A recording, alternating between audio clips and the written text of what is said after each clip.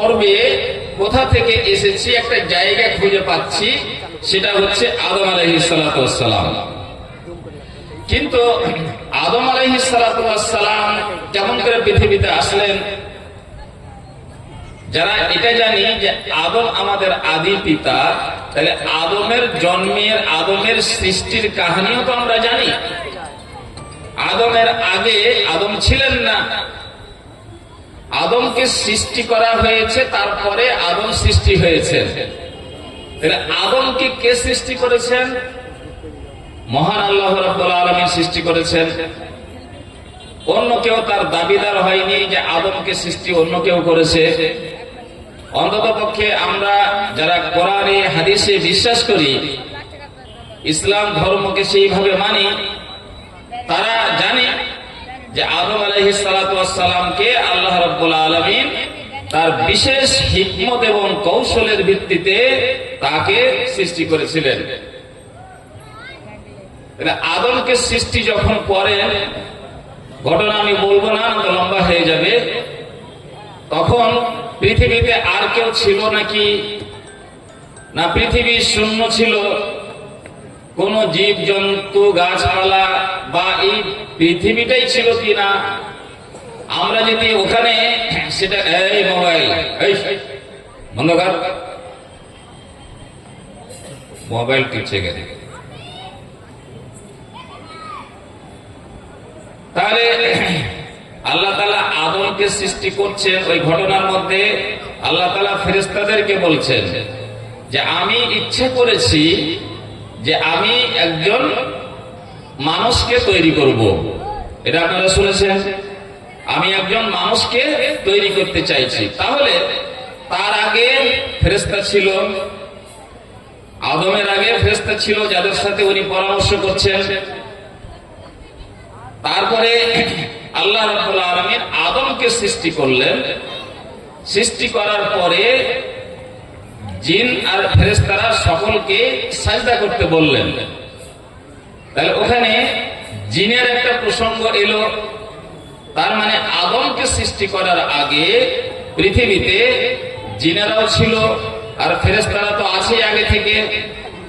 তাহলে আদম প্রথম সৃষ্টি নয়, আদমের আগে জিনেরা ছিল, আদমের আগে থেকে ফেরেশতারা আছে। আচ্ছা, ফেরেশতা এবং জিনেরা যে পৃথিবীতে বসবাস করছে, সে পৃথিবীটাও ছিল। সে পৃথিবীকে কে সৃষ্টি করেছে? আমরা আমাদের উৎস খুঁজতে কিন্তু বেরিয়েছি, খুব মন দিয়ে শুনবেন। আদমের আগে জিনেরা ছিল, ওই জিনেরাকে কে সৃষ্টি করেছেন? আল্লাহ রাব্বুল আলামিন। ফেরেশতারাকে কে সৃষ্টি করেছেন? আল্লাহ রাব্বুল আলামিন। এইবার এরা দুই সম্প্রদায় থাকাকালীন কিংবা জিনেরা যখন বসবাস করছিল, সেই সময় তাদের বসবাসের জায়গাটা কি ছিল? এই দুনিয়াটাই তো ছিল। তাহলে এই দুনিয়াটাকে আল্লাহ কে সৃষ্টি করেছেন? তখন আদম আসেনি। তাহলে আদম যখন আসেনি, আদমের পেট থেকে কোনো নবী বেরিয়েছে, আদমের সন্তানের মধ্যে কোনো ওয়ালি হয়েছে, আর আদমের পেট থেকে কোনো ওয়ালি বুজরুগ তৈরি হয়েছে, আলেমের পেট থেকে বৈজ্ঞানিক তৈরি হয়েছে, আদমের পেট থেকে মানে সায়েন্টিস্টেরা তৈরি হয়েছে। তাহলে যত যা কিছু মানে আমাদের ভুল ভাল জায়গা দখল করে আমাদের ব্রেনের মধ্যে, সেই সব সূত্র তো তখন ছিলই না, আদমই তো ছিল না। তখন আল্লাহ রাব্বুল আলামিন এই পৃথিবীটাকে সৃষ্টি করেছেন। জিনের আগে শুধু ফেরেশতারা ছিলেন, এবং ফেরেশতার পরে যখন জিনেরাকে মানে সৃষ্টি করলেন, তার থাকার জায়গা লাগবে, তার বসবাসের জায়গা লাগবে। তাহলে বসবাসের জন্য আল্লাহ রাব্বুল আলামিন এই পৃথিবীটাকে সৃষ্টি করেছিলেন। এবং আদমের আগে পৃথিবীটা, আদমের পরে, আদমের পর থেকে এখন পর্যন্ত পৃথিবীটা যে অবয়বে, যে আকার আকৃতিতে এবং যেই সমস্ত উপকরণ দিয়ে সাজানো, চন্দ্র আছে, সূর্য আছে, নক্ষত্র আছে, মাটি আছে, গাছ আছে, পালা আছে, ফল ফল, নদ নদী, বিভিন্ন জিনিস যেটা আছে, আদমের পরের পৃথিবী যেটা, সেই পৃথিবীটাই ছিল আদমের আগেও। তাহলে আদমের আগের পৃথিবী আল্লাহ সৃষ্টি করেছেন, যেই পৃথিবীটা এখন পর্যন্ত ওইভাবেই আছে এবং কিয়ামত পর্যন্ত সেইভাবেই থাকবে। ওখানে নতুন কিছু আল্লাহ রাব্বুল আলামিন পরে অ্যাড করেননি, যোগ করেননি। সূর্যকে সেই দিনই বানিয়েছে যখন পৃথিবী সৃষ্টি করেন, এবং সেই দিন সূর্যের কাহিনী শেষ হবে যেই দিন পৃথিবীকে আল্লাহ ধ্বংস করবেন। এইভাবে সমস্ত জিনিসকে আল্লাহ রাব্বুল আলামিন প্রথম লগ্ন থেকে সৃষ্টি করেছেন এবং কোনো পরিবর্তন নেই, কোনো পরিবর্তন নেই। সেটা কিয়ামত পর্যন্ত সেইভাবে থাকবে। তাহলে আদমের আগে জিনকে আল্লাহ সৃষ্টি করেছেন, ফেরেশতাকে আল্লাহ সৃষ্টি করেছেন, তাদের থাকার জন্য, বসবাসের জন্য যে জগৎটাকে সৃষ্টি করা হয়েছে, সেই জগৎটাকে আল্লাহ রাব্বুল আলামিন সৃষ্টি করেছেন। তাহলে আমরা কোথায় থেকে আসলাম এর উত্তর কিছু খুঁজে খুঁজে পাচ্ছি? কোথা থেকে আসলাম, আমাদেরকে কে সৃষ্টি করেছে এখনই কি বুঝতে পারছি? একটু হা করেন ভাই, বুঝতে পারছি কি যে আমরা কে সৃষ্টি করেছে?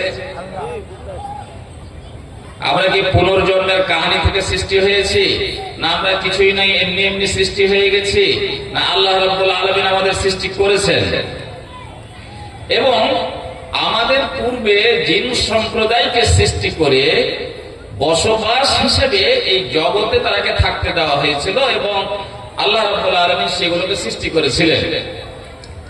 সেখানে সেই সমস্ত সৃষ্টির মধ্যে বড় বড় সৃষ্টি যেগুলো, চন্দ্র, সূর্য, আকাশ, মাটি, গাছপালা, যখন কোন বৈজ্ঞানিক জন্মেনি, আদম জন্মেনি, তো বৈজ্ঞানিক কোথা থেকে জন্মিবে?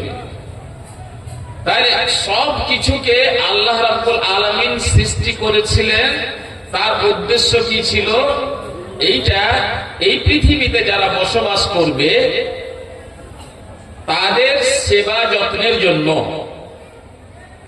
সূর্যকে সৃষ্টি করা হয়েছে তার মাখলুকাতের সুবিধার জন্য, চন্দ্রকে সৃষ্টি করা হয়েছে তার সৃষ্টিকুলকে সুস্থ রাখার জন্য, গাছপালা সৃষ্টি করা হয়েছে তাদেরই জন্য, নদ নদী সৃষ্টি করা হয়েছে তাদেরই জন্য, বায়ু বাতাস সৃষ্টি করা হয়েছে তাদেরই জন্য, মাছ মাংস বিভিন্ন জিনিস যেগুলো সৃষ্টি করেছেন আল্লাহ রাব্বুল আলামিন, যে দুনিয়াটাকে সাজিয়েছেন আদম আসেনি তার আগে থেকে, সেগুলো কিসের জন্য? পৃথিবীর সমস্ত সৃষ্টি এক অপরের সাথে বিনিময়ের মাধ্যমে মূলত জিন এবং মানুষের জন্য সৃষ্টি করা হয়েছে। বাতাস মানুষের প্রয়োজন, সূর্য মানুষের প্রয়োজন, মাটি মানুষের প্রয়োজন, জল পানি মানুষের প্রয়োজন। তাহলে মানুষের জন্যই এই সমস্ত জিনিসকে সৃষ্টি করা হয়েছে। তাহলে আমরা কে? এক কথায় আমরা কোথা থেকে এসেছি? আল্লাহ রাব্বুল আলামিনের কাছ থেকে এসেছি। তার আগে লৌহে মাহফুজের যেটা ঘটনা, আল্লাহ রাব্বুল আলামিন যখন লৌহে মাহফুজ, যেটা পূর্ব প্ল্যানিং, তিনি জগৎ সৃষ্টি করবেন, জগতে কাকে কাকে সৃষ্টি করবেন, তারপরে কাকে সৃষ্টি করবেন এবং কিভাবে চলবে, কিয়ামত পর্যন্ত তার শিডিউল কি হবে, সমস্ত সবকিছু লিখেছেন যেই মহাগ্রন্থে, সেটাকে বলে লৌহে মাহফুজ। সেই লৌহে মাহফুজের বৃত্তান্ত অনুযায়ী আল্লাহ রাব্বুল আলামিন আদমকে সৃষ্টি করলেন লৌহে মাহফুজে, প্র্যাকটিক্যালে নয়। আদমকে সৃষ্টি করলেন, আর আদমকে সৃষ্টি করার পরে তার পিঠে একটা থাবা মারলেন। পিঠে থাবা মারার পর যতজন পৃথিবীতে জন্মিবে কিয়ামত পর্যন্ত, আমরা সবাই এক বিশেষ রূপ ধারণ করে আল্লাহর সামনে প্রকট হলাম। আল্লাহ সবাইকে প্রকট করলেন। আমরা সেই দিনও কিন্তু ছিলাম যখন আমাদের আদি পিতা আদমকে সৃষ্টি করা হয়নি, লৌহে মাহফুজে প্রি প্ল্যানিং যেখানে হচ্ছে সেইখানকার এটা ঘটনা। সবাইকে হাজির করার পরে আল্লাহ রাব্বুল আলামিন জিজ্ঞেস করেছিলেন, আলাস্তু বিরাব্বিকুম, আমি কি তোমাদের রব নই? আমি কি তোমাদের সৃষ্টিকর্তা নই? বলো দেখতে পাচ্ছ এখানে, কে আছে এখানে? তাহলে আমি ছাড়া তোমাদের কোন সৃষ্টিকর্তা আছে কি? আমরা সবাই বলেছিলাম, আমরা বলতে পৃথিবীর সমস্ত মানুষ, আজ যারা বিভিন্ন জাতি ধর্ম, বিভিন্ন মানে ফিরকা মাযহাব, চিন্তাধারা, দর্শনে পরিচয় নিয়ে ঘুরে বেড়াচ্ছে, কেউ হিন্দু, কেউ মুসলিম, কেউ খ্রিস্টান, কেউ বৌদ্ধ, কেউ আরো কিছু, কেউ আরো কিছু। কিন্তু সেই সময়তে সব মানুষই এই কথা আমরা বলেছিলাম উত্তরে, বালা, অবশ্যই আপনি আমাদের সৃষ্টিকর্তা। তাহলে সেই সত্য কথাটা কি মুছে যাবে? সেই সত্য কথাটা কি চেঞ্জ হয়ে যাবে? চেঞ্জ হয়েছি আমরা, কিন্তু সেই ঘটনাটা সত্য। তাহলে পৃথিবীর সমস্ত মানুষ, সমস্ত মানব দানব এটা স্বীকারও করে এসেছি, আমাদের সৃষ্টি তো করেছেনি, কিন্তু আমরা স্বীকারও করে এসেছি যে আমাদের রব হচ্ছেন সেই মহান আল্লাহ রাব্বুল আলামিন, যিনি ছাড়া দ্বিতীয় কেউ না সৃষ্টিকর্তা হিসেবে বিবেচিত হতে পারে আর না উপাস্য হিসেবে বিবেচিত হতে পারে, তার মাবুদ হিসেবে বিবেচিত হতে পারে। তাহলে আমরা এসেছি সেই জায়গা থেকে, আল্লাহ আমাদের অস্তিত্ব দান করেছেন, আল্লাহ আমাদেরকে সৃষ্টি করেছেন, এবং আমরা যেন কোনো অসুবিধাই না পড়ি, আমরা যেন সুবিধাজনক ভাবে পৃথিবীতে বসবাস করতে পারি, এই জন্য এত বড় পৃথিবী আমাদের উপহার দিয়েছেন এবং পৃথিবীকে যথারীতি ভাবে সাজিয়েছেন, এবং মানুষের জন্য যা কিছু প্রয়োজন হতে পারে সব কিছুকে সাজিয়ে গুছিয়ে আমাদেরকে পাঠিয়েছেন। আমাদের ক্ষমতা ছিল না নিজে নিজে পৃথিবীতে আসার, আমাদের কাছে কোনো উপায় ছিল না নিজে নিজে তৈরি হয়ে যাওয়ার। আমাদেরকে পাঠিয়েছে বলে, সৃষ্টি করেছে বলে আমরা এই দুনিয়াতে এসেছি। তাহলে আমাদের সোজা মালিককে, আমাদের সৃষ্টিকর্তা সোজা কে? আল্লাহ। আমাদের মালিককে? আল্লাহ। আমাদের দেখাশোনা করছেন কে? আল্লাহ। আমাদের পরিচালনা করছেন কে? আল্লাহ। এত মোটা মোটা কথা যদি ভুলে যায়, এত মোটা মোটা কথার যদি কোনো মূল্য না থাকে আমাদের জীবনে, তাহলে কি দশা হবে ভাই আমাদের? আমাদের মাথায় কি আছে যে আমাদেরকে আল্লাহ সৃষ্টি করেছেন? আমাদের মাথায় কি আছে যে আল্লাহ ছাড়া আমাদের এক মুহূর্ত উপায় নেই চলার ফেরার? আমাদের মাথায় কি আছে যে সব জিনিসের মালিকই হচ্ছেন আল্লাহ? আল্লাহ ইচ্ছা করলেই কোন জিনিসকে থামিয়ে দিতে পারে, ইচ্ছা করলেই কোন জিনিসকে ধ্বংস করে দিতে পারে, ইচ্ছা করলেই যা ইচ্ছা উনি করবেন সেটাই হবে। আমাদের ক্ষমতার কোন ভূমিকা সেখানে নাই। এই কথাগুলি কি আমাদের মনে আছে? আমরা কি সেইভাবে আমাদের সৃষ্টিকর্তা মহান আল্লাহ রাব্বুল আলামিনকে আমাদের মনে প্রাণে জায়গা দিতে পারছি? তা কোন সময় নিজকে মানে বড় খলিফা মনে করছি, নিজকে মহান শক্তিশালী মনে করছি। অনেকেই এমন অহংকার প্রদর্শন করে যে মনে হচ্ছে যে দুনিয়াতে ওর চাইতে বড় কেউ নাই। এই আচরণগুলো যখন হয় তখন কি আমাদের বিগত দিনের ইতিহাস, আমাদের জন্মের ইতিহাস, আমাদের সৃষ্টির ইতিহাস আমাদের কি মনে থাকে না? তাহলে আমরা আল্লাহর কাছ থেকে এসেছি এবং আল্লাহর তৈরি করা পৃথিবীতে এসেছি। মোটা মোটা দুটা কথা, আল্লাহর কাছ থেকে এসেছি এবং আল্লাহর তৈরি করা পৃথিবীতে বাস করছি, এবং আল্লাহরই সৃষ্টি করা বিভিন্ন নেয়ামতকে আমরা ভোগ এবং উপভোগ করছি। এটা আল্লাহর দয়া। একটা দুবড়ির গাছ, একটা নিমের গাছ আল্লাহ ছাড়া কেউ সৃষ্টি করেছেন নাকি? একবার ভুল ভাল করে বলে দেখেন তো, ভেবে দেখেন তো। একটা নিমের গাছ, কলার গাছ, আপেলের গাছ, একটা বেগুনের গাছ আল্লাহ ছাড়া কোন দেব দেবী, পুরুষ মহাপুরুষ কেউ সৃষ্টি করেছেন নাকি? কেউ করেছে? বেগুনের ছোট্ট একটা বীজ, তারপরে গাছ, তারপরে বড় বড় বেগুন, নিমের একটা ছোট বড় এত বড় বীজ, সেখানে পড়ার মাত্র বিশাল বড় গাছ, আমের একটা এত বড় বীজ, সেখান থেকে ফল বেরিয়ে বিরাট বড় আমের গাছ, লিচুর গাছ, কলার গাছ ইত্যাদি ইত্যাদি। এইসব আল্লাহ তাআলার একটা সিস্টেম। বীজ থেকে গাছ করবে, গাছ থেকে ফল করবে আর খাওয়াবে আমাদেরকে। আল্লাহ এই জন্য পৃথিবীতে গাছপালা করেনি যে ফল ধরুক আর পচুক আর সরে যায়, কার মরে যায়, কার বয়ে যায়, এই জন্য নয়। ভাবতে পেরেছেন একবার এটা কার জন্য তৈরি করেছে? আমাদের জন্য তৈরি করা হয়েছে। সৃষ্টি করলেন, থাকার জন্য জায়গা দিলেন, খাওয়া পড়া চলাফেরার জন্য, জীবন জীবিকার জন্য যথেষ্ট ব্যবস্থা কোনা দিলেন। এবার প্রশ্ন হলো যে কেন এত ব্যবস্থাপনা দিয়ে আর এত যত্ন সহকারে আমাদেরকে সৃষ্টি করলেন? কেন কেন সৃষ্টি করলেন? বা আমরা যদি আমাদের পক্ষ থেকে একটা জিনিস বোঝার চেষ্টা করি, ভাবার চেষ্টা করি যে আমরা তো এইরকম পৃথিবীতে বা আল্লাহ তাআলা আমাদেরকে সৃষ্টি করে এখানে পাঠালেন, তো আমাদের জীবনের লক্ষ্য উদ্দেশ্যটাই বা কি? কিসের জন্য আমাদেরকে সৃষ্টি করলেন? আমরা মনে মনে একবার খুঁজি তো এর উত্তরটা কি হতে পারে? কিসের জন্য আমাদেরকে পাঠিয়েছেন?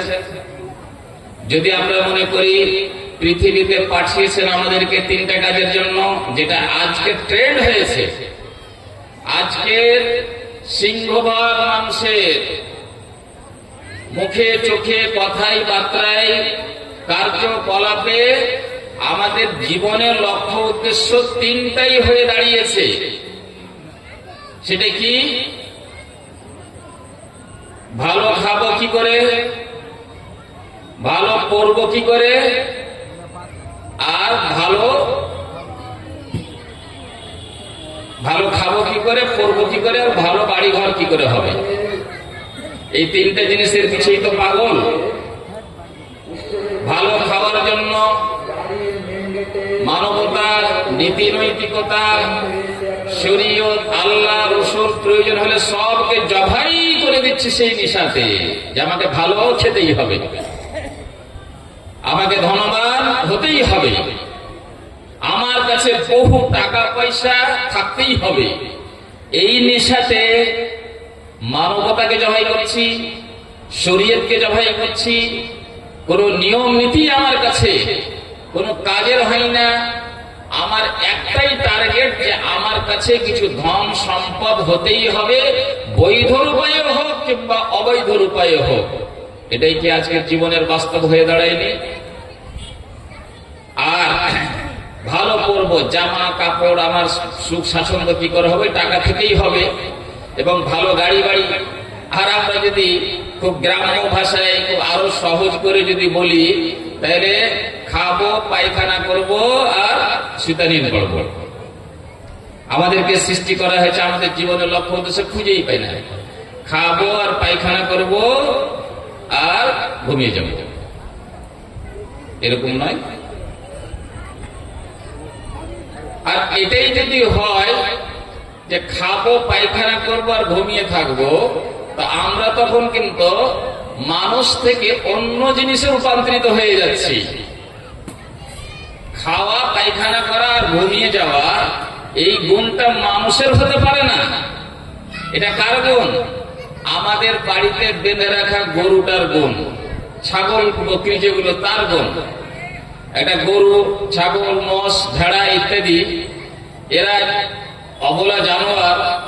এদের জীবনের উদ্দেশ্য কি? খাবে, খাওয়াটাকে হজম করবে, পায়খানা করবে, আর থাকার একটু জায়গা লাগবে, গোয়াল ঘর, ব্যাস।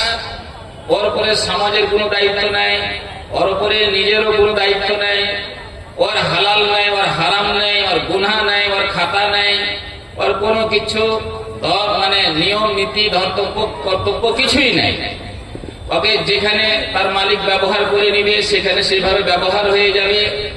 যদি তাকে বেঁধে রাখে তো বাধা থাকবে, মানে তার নিজস্ব কোনো ভূমিকা থাকবে না। তাহলে আমরা যারা মানুষ, তারাও যদি অজান্তে নিজের জীবনের উদ্দেশ্য এটা কি বানিয়ে ফেলি যে খাবো, পায়খানা করবো আর ঘুমিয়ে থাকবো, খাবো, পায়খানা করবো আর ঘুমিয়ে থাকবো, খেতে পেলেই হলো, পায়খানা পেচ্ছাপ হলেই হলো, আর ঘুমানোর জায়গা হলেই হলো, তাহলে আমরা কি আমাদের এই কার্যকলাপের মাধ্যম দিয়ে পশুতে পরিণত হয়ে যাচ্ছি না? পশুতে পরিণত হয়ে যাচ্ছি না? অবশ্যই আমরা তখন একজন পশুর ভূমিকায় চলে যাচ্ছি। আর আমি যদি খাবো কি, করবো কি, আর আমার ভালো গাড়ি বাড়ি হবে এই নেশাতে যদি আমি সব কিছুকে অমান্য করে চলি, তাহলে একটু আগের ইতিহাসকে আমরা ভুলে গেলাম। আমাদেরকে আল্লাহ সৃষ্টি করেছেন, আল্লাহ নিজের তৈরি করা দুনিয়াতে জায়গা দিয়েছেন এবং আমাদের বসবাসের জন্য বিভিন্ন প্রয়োজনীয় জিনিসকে তিনি উপলব্ধ করেছেন, আমাদের জন্য মুহাইয়া করেছেন। আর তিনি আমাদেরকে একটা শরীয়ত এবং বিধান দিয়েছেন, এই বিধান মোতাবেক তোমাকে চলতে হবে। সেই বিধানকে অমান্য করে, তাকে অগ্রাহ্য করে আমি নিজের একটা উদ্দেশ্য বানিয়ে ফেলেছি জীবনের, যে আমাকে ভালো টাকা পয়সা জমা করতে হবে, ভালো পড়তে হবে এবং ভালো বাড়ি ঘরে বসবাস করতে হবে। এটা কি আমাদের উদ্দেশ্য? আমাদেরকে আল্লাহ রাব্বুল আলামিন ধনী হতে পাঠিয়েছেন, আমাদেরকে এমএলএ এমপি হতে পাঠিয়েছেন, আমাদেরকে নেতা মাথা হতে পাঠিয়েছেন, আমাদের কি সৃষ্টি এই জন্য করেছেন যে দুনিয়াতে যাও আর মারামারি কাটাকাটি করো। আমাদেরকে এই জন্য দুনিয়াতে পাঠানো হয়েছে যে তোমার মানে বংশ বলি, তোমার শক্তি সঞ্চয় করে তুমি মানুষের উপরে অহংকারমূলক আচরণ করো। এই জন্য আমাদেরকে আল্লাহ রাব্বুল আলামিন সৃষ্টি করেছেন। এই সব উদ্দেশ্যে কি আমাদেরকে সৃষ্টি করা হয়েছে? না, বিশেষ কোন উদ্দেশ্য আছে, যে উদ্দেশ্যে আল্লাহ রাব্বুল আলামিন আমাদেরকে সৃষ্টি করেছেন। আমরা যদি আমাদের জীবনের কোন উদ্দেশ্য খুঁজে না পাই, কয়জন আমরা নিজের জীবনের ওই উদ্দেশ্যটা খুঁজে পাচ্ছি বা জানি, যেই উদ্দেশ্যে আল্লাহ রাব্বুল আলামিন আমাদেরকে এই দুনিয়ায় সৃষ্টি করেছেন? একটু হাত ছাড়বেন তো। কোন উদ্দেশ্যে আল্লাহ রাব্বুল আলামিন আমাদেরকে পৃথিবীতে পাঠিয়েছেন? কারা কারা জানি একটু হাত ছাড়বেন। মাশাআল্লাহ, মাশাআল্লাহ। তো মাঝখান থেকে তাহলে কেউ বলেন একজনা, কিসের জন্য আল্লাহ আমাদেরকে সৃষ্টি করেছেন? কেউ একজন বলেন।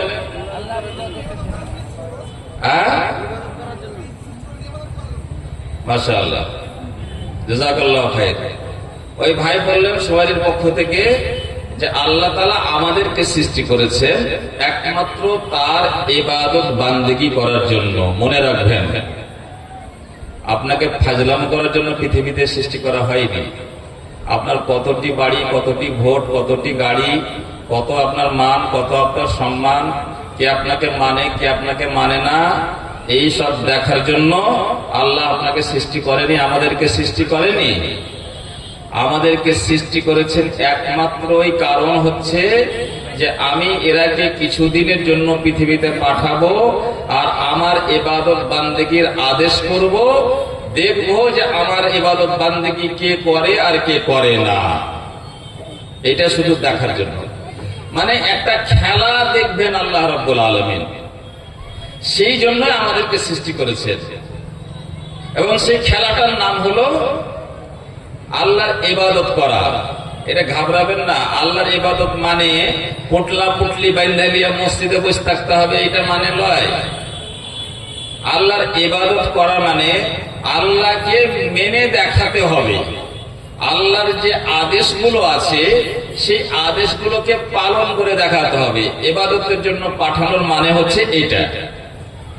সবসময় মসজিদে বসে থাকতে হবে, সুবহানাল্লাহ সুবহানাল্লাহ তাসবিহ তাহলিল করতে হবে, এই জন্য পৃথিবীতে পাঠিয়েছেন, এটা নয়। ওগুলোও করতে হবে এবং পৃথিবীর আরো অন্যান্য যে প্রয়োজন আছে সেগুলোও করতে হবে, সবকিছুই করতে হবে। কিন্তু সবকিছুরই মাধ্যমে যে জিনিসটা আমাদের সবসময় থাকতে হবে সেটা হবে যে আমি আল্লাহর কথা মোতাবেক চলছি কিনা, আল্লাহর কথাকে মেনে দেখাতে পারছি কিনা, আল্লাহর বিধানের মর্যাদা রক্ষা করতে পারছি কিনা, এটা আল্লাহ রাব্বুল আলামিন দেখবেন। আল্লাহ তাআলা বললেন, ওয়া মা খালাকতুল জিন্না ওয়াল ইনসা ইল্লা লিয়াবুদুন, আমি জিনকে এবং মানুষকে একমাত্র এই উদ্দেশ্যে সৃষ্টি করেছি যে তারা আমার ইবাদত বান্দেগী করবে, আমাকে এক স্রষ্টা হিসাবে তারা শয়নে জাগরণে প্রকাশ্যে গোপনে সব সময়তে আমাকে স্মরণ করে এবং আমার আদেশ মোতাবেক তারা জীবন যাপন করবে, এই উদ্দেশ্যে আমি তাকে সৃষ্টি করেছি। সূরা মুলকের মধ্যে আল্লাহ বললেন, লিয়াবলুয়াকুম আইয়ুকুম আহসানু আমালা। আমি এটা দেখার জন্য মানুষকে সৃষ্টি করেছি যে তারা তাদের মধ্যে কে ভালো কাজ করছে আর কে মন্দ কাজ করছে। ভালোর আমি জ্ঞান দিয়েছি, ভালোর আমি বই দিয়েছি, ভালো শিখাবার জন্য নবী পাঠিয়েছি, ভালো শিখাবার জন্য রসুল পাঠিয়েছি, মন্দ চিনিয়ে দেওয়ার জন্য রসুল পাঠিয়েছি। তারা গিয়ে যুগে যুগে কালে কালে মানব সমাজে এসেছেন, আল্লাহর পক্ষ থেকে তারাকে প্রেরণ করা হয়েছে এবং তারা মানুষের সাথে থেকে মানুষের হাত ধরে ধরে আঙুল ধরে ধরে সেই সমস্ত বিষয়গুলো বুঝিয়ে দিয়েছেন যেটা আল্লাহর আদেশ, এটাতে আল্লাহ সন্তুষ্ট হবেন, এটাতে আল্লাহ অসন্তুষ্ট হবেন, এটা হালাল, এটা হারাম, এটা করতে হবে, এটা করতে হবে না, এইগুলো বুঝিয়ে দেওয়া হয়েছে। এবার এই বিধানের আলোতে মানুষকে চলতে বলার পরে আল্লাহ বলছেন, লিয়াবলুয়াকুম আইয়ুকুম আহসানু আমালা। আমি বসে বসে শুধু এটা দেখব যে এর মধ্যে কে ভালো কাজ করছে এবং কে মন্দ কাজ করছে।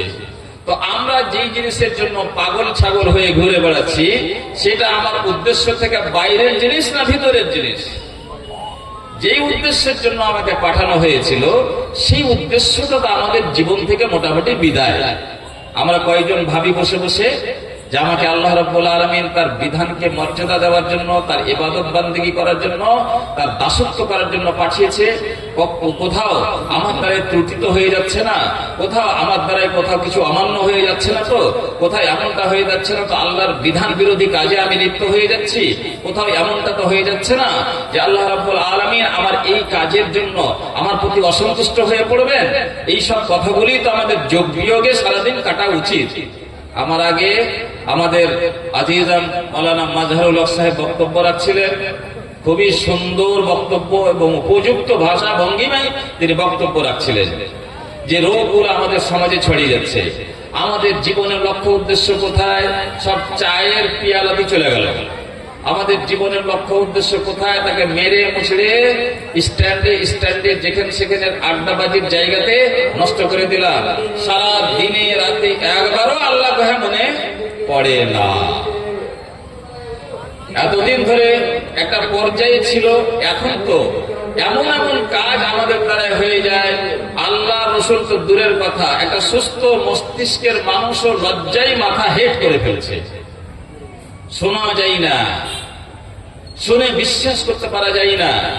এবং কিছু কিছু জিনিস চোখে আছে যে চোখে লজ্জার মতো যে একটা ন্যূনতম জায়গা থাকে, সেই জায়গাটুকু নাই, লজ্জা করার মতন কোনো পরিস্থিতি থাকে না। তাহলে আমাদের উদ্দেশ্য ছিল জীবনের কি, আর আমরা চলে গেছি কোথায়? এবার আমাদের জীবনের লক্ষ্য উদ্দেশ্য যদি এটা হয় আর আমরা আমাদের লক্ষ্য উদ্দেশ্য জায়গায় স্থির না থাকি, তার আশেপাশে যদি আমরা ঘুরপাক না খাই, তাহলে আমাদের দশা কি হবে?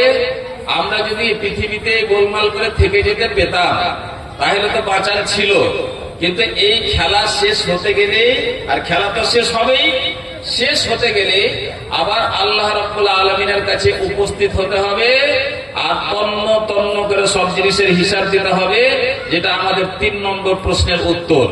কিন্তু আমরা এখানে একটু উদাহরণ দিয়ে বুঝাবার চেষ্টা করব যে কেউ যদি কোনো উদ্দেশ্যে কাউকে পাঠায় কোথাও, আর সে তার মালিক হয়, তার সুপ্রিম পাওয়ার হয় এবং তার আদেশ মোতাবেক এক বিশেষ লক্ষ্য উদ্দেশ্যে কাউকে কোনো জায়গায় পাঠানো হলো এবং সে যদি সেই লক্ষ্য উদ্দেশ্য থেকে সরে যায়, তাহলে ঠিক তার কি পরিণতি হতে পারে? আপনি ধরুন বাড়িতে আছেন, আপনার বাবা খুব অসুস্থ, শ্বাসকষ্টের রোগী, হার্টের পেশেন্ট। থাকতে থাকতে হঠাৎ করে বুক ধড়ফড় করতে লেগেছে, মরি আর বাঁচি এরকম অবস্থা। আপনাকে আপনার আব্বাজান বললেন ও বেটা তাড়াতাড়ি তাড়াতাড়ি গিয়ে আমার জন্য ওষুধ নিয়ে এসো, এই যে লাও টাকা, এই যে লাও ব্যাগ, আর তাড়াতাড়ি যাবে আর আমার জন্য ওষুধটা নিয়ে আসবে তাড়াতাড়ি। এবার আপনি ব্যাগ নিলেন, টাকা নিলেন, আচ্ছা আচ্ছা আব্বা ঠিক আছে। তারপরে বাজারে গেলেন, বাজারে আপনাকে কি করতে হবে? এখন ওষুধটা তাড়াতাড়ি কিনতে হবে, আবার ফিরে আসতে হবে, কারণ আপনাকে আপনার আব্বাজান এই উদ্দেশ্যে পাঠিয়েছে এবং এটা আদেশ করে পাঠিয়েছেন যে ওষুধটা তাড়াতাড়ি নিয়ে আসবে। এবার বাজারে গিয়ে এদিকে একবার তাকাচ্ছে, ওদিকে একবার তাকাচ্ছে, ওটা দোকানে দেখছে, ওটা দোকানে দেখছে, আনারসের দোকানে দেখছে খুব মোটা মোটা আনারস, আঙুরের দিকে তাকাচ্ছে, বা একদম নতুন প্যাক খুলেছে, আরো কোনো দোকান, আরো কোনো দোকান, ব্যস্ত হয়ে গেছে। তার বয়সে যে আব্বার ওষুধ তো নিব, তো 1 কেজি সেব লি, 1 কেজি আঙ্গুর লি, 1 কেজি কাজু বাদাম লি, মানে ব্যাগ ভর্তি করে নিয়েছে। ব্যাগ ভর্তি করার পরে বাড়ি ফিরছে, আর ওষুধও কিনছে না, ওষুধও কিনছে না। আর সময় পার হয়ে যাওয়ার পরে ওর আব্বা বলেছে তাড়াতাড়ি আসবি, আর তাড়াতাড়ি আসে না। 2 ঘন্টা 3 ঘন্টা পরে ব্যাগ ভর্তি করে একদম সেব, আনারস আর কাজু বাদাম কিশমিশ টিশমিশ সব নিয়ে ঘুরে আসছে। আর ওর বাবা ও অপেক্ষায় আছে, কখন আমার ছেলে আসবে, কখন আমার ছেলে আসবে, আমি ওষুধটা খাবো, প্রাণে বাঁচবো। এরকম একটা অসহায় অবস্থায় তার অপেক্ষা করছে। আর বাবুজি আস্তে আস্তে যে আরে বেটা আসলি, দে দে দে আমার ওষুধটা দে। বলছে ওষুধটাই তো ভুলে গেছি, তো ওষুধ ভুলে গেছি, কিন্তু আব্বা চিন্তা করিও না, তোমার লেগে ভালো ভালো কাজ নিয়ে এসছি, ভালো ভালো আনারস নিয়ে এসছি, ভালো ভালো সেব নিয়ে এসছি, এগুলা খাও। ওষুধ তো আনেনি ঠিকই, কিন্তু তো আব্বা ওর গালে গালে চুমা খেবে নাকি? আব্বা ওর গালে গালে চুমা খেবে? এরকম মানুষের না, ওর দ্বারাই যা কিছু সম্ভব তা করে ফেলবে। আর মাঝখান থেকে যে মানে পরিণাম ঘটবে, সেই লোকটার অসুখ যদি গুরুতর রূপ ধারণ করে তাহলে সে মারাও যাবে। এটা হচ্ছে মখলুকের পরিবেশ, মখলুকের ক্ষমতা ও শেষ হয়ে যাবে। তাহলে উদ্দেশ্যের জায়গায় পাঠানো হলো, আর সেই উদ্দেশ্যের জায়গা থেকে সরে গেল। ওষুধ থেকে দামি কাজু কিশমিশ, ওষুধ থেকে ভালো কাজু কিশমিশ না মন্দ, এইটা বিবেচনার কোনো দাম এখন নাই। ওষুধের দামটা হয়তো 15 টাকায়, এখন সে 15 টাকার ওষুধটাই আমি আনতে পাঠিয়েছি, ওটাই হচ্ছে আমার প্রশ্ন, ওটাই হচ্ছে আমার চাওয়া পাওয়া, ওটাই হচ্ছে আমার প্রয়োজন, সুতরাং আমি ওটাই চাই। 1200 টাকা দামের কাজু এখন আমার ওটা ফ্যাক্টরির জিনিস নয়। তাই উদ্দেশ্য থেকে সরে গেলে বাবাও সন্তুষ্ট হবে, আর যা পারবে তা করবে, তারপরে তার প্রাণটাও যেতে পারে। আপনাকে আপনার স্ত্রী দিল ব্যাগ ট্যাগ সবকিছু দিল, টাকা পয়সা কোথায় আছে বের করে, টাকা পয়সা দিলে যে কি কোথায় যেতে হবে? তাই হাটের দিন হাট যেতে হবে। তো কেন হাট যেতে হবে? তো তরি তরকারি নাই, যে তরি তরকারি নিয়ে আসতে হবে, এটা নাই ওটা নাই, তোমার হোঁস নাই, যা আছে তো হোঁস তো দাও। চললো ব্যাগ ট্যাগ নিয়ে চললো বাজারে। কি আনতে গেছে? কি আনতে গেছে ভাই? গোবরাহাট বাড়ির তরি তরকারি আনতে গেছে। এবার গোবরাহাট যে যদি ওকে কেউ বলে যে ভাই কোথায় যাবি, তো গোবরাহাট যাবো। তো কিসের জন্য যাবি, কি উদ্দেশ্য, কে জানি। ও যদি বলে যে কে জানি, হাটে জায়গাটা হারিয়ে গেছে, ভাই কি ব্যাপার, টাকায় ছিদিক ওদিক যে হয়েছে, কিসের লেগেছে, হাট এসছি তো ভুলে গেছে। আমাদের অবস্থাগুলো কিন্তু ঠিক ওইভাবে হচ্ছে। আমরা কি আমাদের আল্লাহ পাঠিয়েছেন এই পৃথিবীতে কিসের হাট করতে? ইবাদতের হাট করতে। আর এখানে আইসা ভুলে গেছি কিসের যে হাট করতে পাঠিয়েছে, ভুলে গেছি। এবার এইদিক ওদিক করতে করতে তখন দেখলে যে নতুন নতুন এসে পানি ফল গেলা, চিঙ্গাড়া গেলা, কিচ্ছু বুঝতে পারি না, এক কোয়ালি আছে। তারপরে এদিক ওদিক দেখছে তো সেটি ফুলকা ফুল্লা যে বেলুন গুলো, ওগুলা বিকাইছে, ওইটা নিয়ে নিলে মানে আরো আবল তাবল কিছু জিনিস কিনে নিয়ে চলে আসছে। যেই উদ্দেশ্যে সে হাটে গেছিল যেই উদ্দেশ্যে তার স্ত্রী তাকে অনুরোধ করে হাট পাঠিয়েছে সেই সব জিনিস নিয়ে বাড়িতে ফিরছে না। ওরা এখন তার সাথে কি হবে? স্ত্রী যদি খুবই রাগী হয় তাহলে কি হবে? তার আগে যদি নাও হয় তাহলে তার সংসারের কি হবে? তার বাচ্চা কাচ্চারা কি খাবে? সংসারে অশান্তি হবে না শান্তি হবে? এইরকম লোকের হাট বাজারে ঠিক আমাদেরকে আল্লাহ রাব্বুল আলামিন এই দুনিয়াতে এক উদ্দেশ্য ধার্য করে দিয়ে পাঠিয়েছেন যে আমাদের দুনিয়াতে এসে ছাগলামো করলে হবে না, যা ইচ্ছে তাই করলে হবে না, যেমন স্টাইল অবলম্বন করা, যেমন খুশি তেমন করে চললেই হবে না। সকাল হলো, বিকাল হলো, রাত হলো, আবার সকাল হচ্ছে, কোথাও আল্লাহর বিধান মোতাবেক কোন একটা কাজ হচ্ছে না। এত বড় সাহস তুমি কোথায় পেলে? এত বড় সাহস কোথায় পেলে?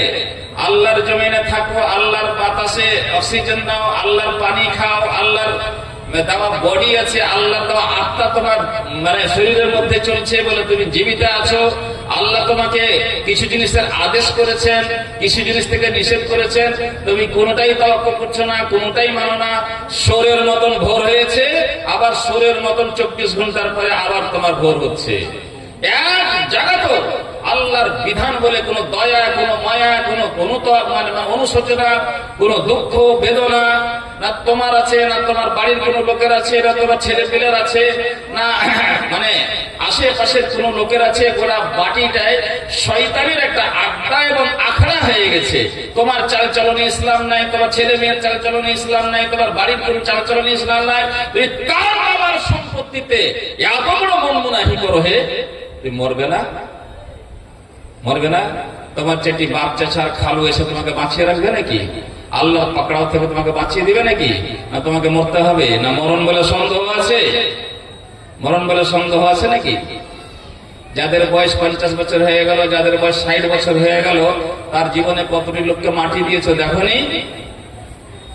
সব থেকে বুড়া ফুসফুসে হয়ে মরেছে?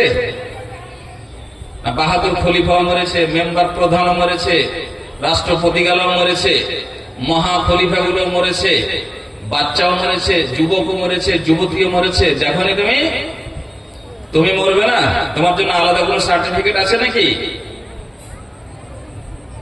তোমার হাতে যখন কিছুই নাই, তোমাকে কেউ সৃষ্টি করেছে বলে সৃষ্টি হতে পেরেছো, তোমাকে কেউ থাকতে দিয়েছে বলে তুমি থাকতে পারছো, তোমাকে কেউ খেতে দিচ্ছে বলে তুমি খেতে পারছো। তারপরে মাস্তানিটা কিসের? এত কোনো কথা কানে লাগে না, না জুমার খুতবায় কানে লাগছে, না কোনো বক্তব্য কাজে লাগছে, কোনো কিছু নাই। এক কান দিয়ে শুনলাম, আর এক কান দিয়ে দাঁড়িয়ে আছে কেন ভাই? ওই ভাইয়েরা বাবুরা খুব ভালো, তোমরা এসে পড়েছো, বসে যাও বাবু, বসে যাও, বসে যাও। দাঁড়িয়ে থাকতে হয় না বাবা, বসো বসো বসো বসো। বাহ, এই তো চলে এসছে সিপাহী সব। তাহলে আমরা আমাদের উদ্দেশ্য থেকে যখনই বিচ্যুত হব, তখন শয়তান ধরতাম সুযোগ পাবে যে আমাদের দ্বারাই বিভিন্ন রকমের ভুল করাবে। নৈতিক ভুল, কর্মগত ভুল, আকীদার ভুল, আমলের ভুল। এই করতে করতে করতে করতে আমাদেরকে যথারীতি ভাবে ধ্বংস করেও তার জি ভরবে না। কারণ কোরআনে আল্লাহ তাআলা শত্রুতা মানুষের করবে তার অনুমতি দিয়েছে। আল্লাহ তাআলা অনুমতি দিয়ে দিয়েছে যে তুই যা পারিস তা করেগা, আমার মুমিন বান্দাকে তুই কিছু করতে পারবি না। তো আমরা মুমিন হইয়া থাকলে শয়তান কিছু পারবে না, কিন্তু মুমিন হইয়া যদি না থাকি, ঈমান যদি ছেড়ে দিই হাত থেকে, আদর্শ যদি ছেড়ে দিই হাত থেকে, তাহলে শয়তান তো জুতপাত করে আমাদের ধ্বংস করে ছাড়বে। আর আমাদের এখন পর্যন্ত অনেক কিছু আমাদের ধসে গেছে, ধ্বংস হয়ে গেছে। এখনো যদি আমরা একটু সতর্ক এবং সাবধান না হই, আর নিজের সৃষ্টির কথা এবং নিজের জীবনের উদ্দেশ্যের কথা যদি মনে না রাখি, তাহলে প্রত্যেকটা ধাপ আমরা ধ্বংসের দিকে এগিয়ে যাচ্ছি এবং আমাদের পরিণাম খুব খারাপ হবে। এবং